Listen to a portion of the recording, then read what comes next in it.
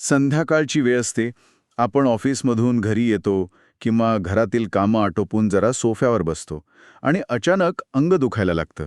हम्म. ही तर अगदी घराघरातली स्थिती आहे. हो ना, म्हणजे पूर्वी दिवसभर काम करूनही कधीच असा थकवा जाणवत नव्हता. पण आता मात्र अगदी थोडं काम केलं तरी शरीर साथ देत नाही. अशी एक प्रकारची हतबलता जाणवते. नक्कीच असं वाटतं की ऊर्जा एकदम संपून गेलीये. अगदी तेच. मग असा प्रश्न पडतो की असं अचानक काय बदलतं की ज्या शरीराने आजवर कधीच तक्रार केली नाही, ते शरीर अचानक विश्रांती मागायला लागतं. चला, हे थोडं सविस्तर समजून घेऊया. हो. आणि इथे सर्वात महत्वाची आणि कुतूहल निर्माण करणारी गोष्ट म्हणजे हा कोणताही आजार नाहीये. अच्छा, आजार नाहीये? अजिबात नाही. हा केवळ वाढत्या वयाचा एक नैसर्गिक टप्पा आहे. आपण याला एक प्रकारचा शिफ्ट म्हणू शकतो.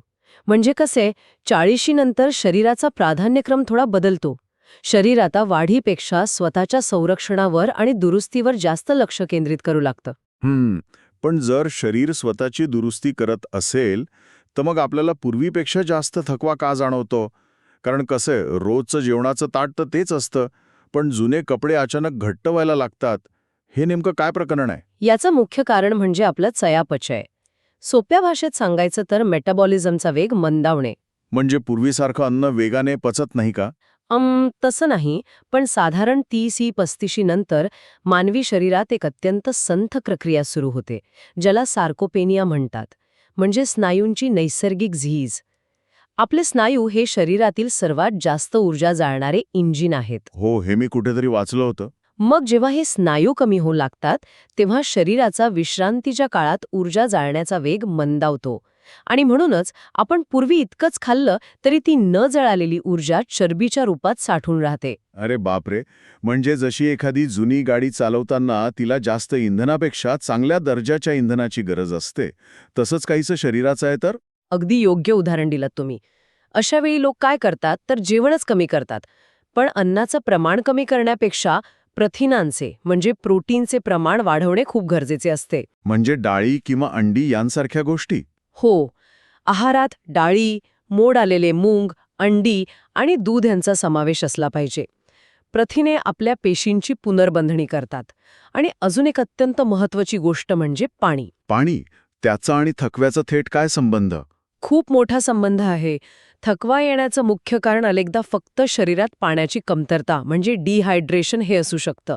वयानुसार आपली तहान लागण्याची जाणीवच थोडी मंदावते. अच्छा, म्हणजे आपण पाणी कमी पितो आणि आपल्याला वाटतं की वय वाढल्यामुळे थकवा आलाय. अगदी तसंच. पेशींमध्ये पाणी कमी असेल तर त्या ऊर्जाच तयार करू शकत नाहीत. हे खरोखरच खूप साधा पण महत्वाचं आहे. पण आता जर आपण स्नायू टिकवण्याबद्दल बोलतोय, तर स्वतःला तंदुरुस्त ठेवण्यासाठी जड व्यायामाची गरज असते का? म्हणजे जिममध्ये जाऊन खूप वजन उचलणं वगैरे? अजिबात नाही. इथेच बरेच लोक चूक करतात. स्वतःला तंदुरुस्त ठेवण्यासाठी खूप जड व्यायामाची गरज नसते. जिममध्ये जाऊन खूप वजन उचलण्याचा प्रयत्न करून अनेकदा शरीरावर अनावश्यक ताण येतो. मग सांधेदुखी किंवा दुखापत होऊ शकते, बरोबर? नक्कीच. कारण सांध्यांमधील वंगळासारखं काम करणारं द्रव्य आता थोडं कमी झालेलं असतं. जर आपण याला मोठ्या चित्राशी जोडलं तर हे लक्षात येतं की व्यायाम हा शरीराला शिक्षा देण्यासाठी नसून ते सुरळीत चालण्यासाठी आहे. मग नेमका कोणता व्यायाम करावा? रोज फक्त 20 ते 30 मिनिटं चालणं, साधं स्ट्रेचिंग आणि थोडी योगासने पुरेशी असतात. फक्त चालण्याने खरंच एवढा फायदा होतो? 100%. शरीर हलतं ठेवलं की ते निरोगी राहतं. चालण्याने शरीरातील विषारी घटक बाहेर पडायला मदत होते आणि सांधेही मोकळे राहतात. हे खूपच प्रॅक्टिकल आहे. आता मला एका दुसऱ्या बदलाकडे यायचंय. अनेकदा बाहेर जाण्यापूर्वी आरशात पाहताना चेहऱ्यावर अचानक बारीक रेषा दिसायला लागतात. वयानुसार त्वचा कोरडी पडते आणि चमक कमी होते. हे पण मेटाबॉलिझमशीच जोडलेलं आहे. यासाठी काय करावं? आपण खूप महागड्या क्रीम्स आणतो. खरं तर यासाठी खूप महागड्या उपचारांची गरज नसते. आपल्या त्वचेखालील कोलॅजन तयार होण्याचा वेग आता कमी झालेला असतो. त्यामुळे चेहरा स्वच्छ ठेवणं, मॉइश्चरायझर लावणं आणि उन्हात जाताना सनस्क्रीन वापरणं इतकं सोपं रुटीन पुरेसं आहे.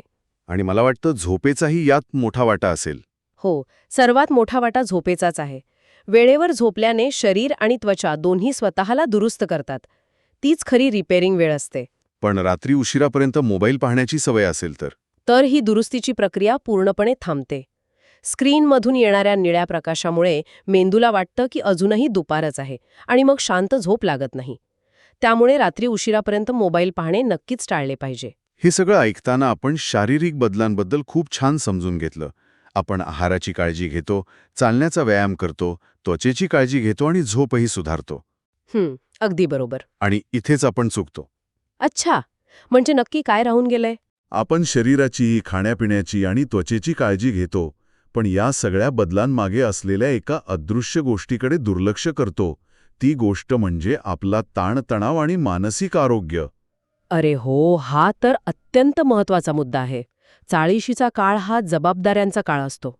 हो ना, एका बाजूला मुलांच्या शिक्षणाचे प्रश्न असतात, स्वतःच्या करिअरची धावपळ असते, आणि दुसऱ्या बाजूला म्हातारे होत चाललेले आपले आई-वडील. या प्रचंड ताणामुळे अनेकदा घरात एक विचित्र शांतता पसरते. आणि याचा थेट परिणाम नात्यांवर होतो. अगदी. नवरा-बायको दोघंही आपापल्या कामात इतके थकलेले असतात की एकमेकांशी संवाद साधायलाही ऊर्जा उरत नाही. तो एक प्रकारचा जैविक थकवा असतो. बरोबर. आणि या थकव्यामुळे छोट्या छोट्या गोष्टींवरून गैरसमज होतात. चिडचिड वाढते आणि नात्यांमध्ये एक भावनिक दुरावा निर्माण होतो. म्हणूनच मी नेहमी सांगते की अशा वेळी स्वतःसाठी थोडा वेळ काढणं खूप गरजेचं आहे. पण आपल्याकडे स्वतःसाठी वेळ काढणं म्हणजे स्वार्थीपणा नाही का वाटत? अजिबात नाही.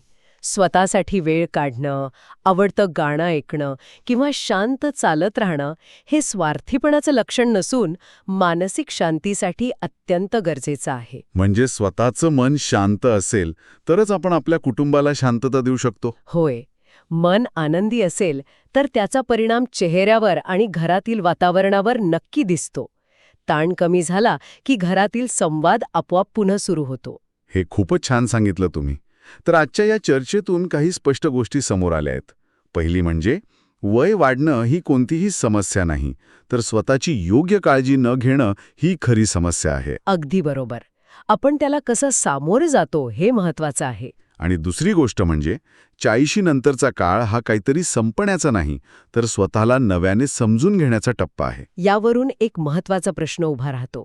आपण वाढत्या वयाला एक ओझं समजणार आहोत की आपली जीवनशैली सुधारण्याची एक सुवर्णसंधी?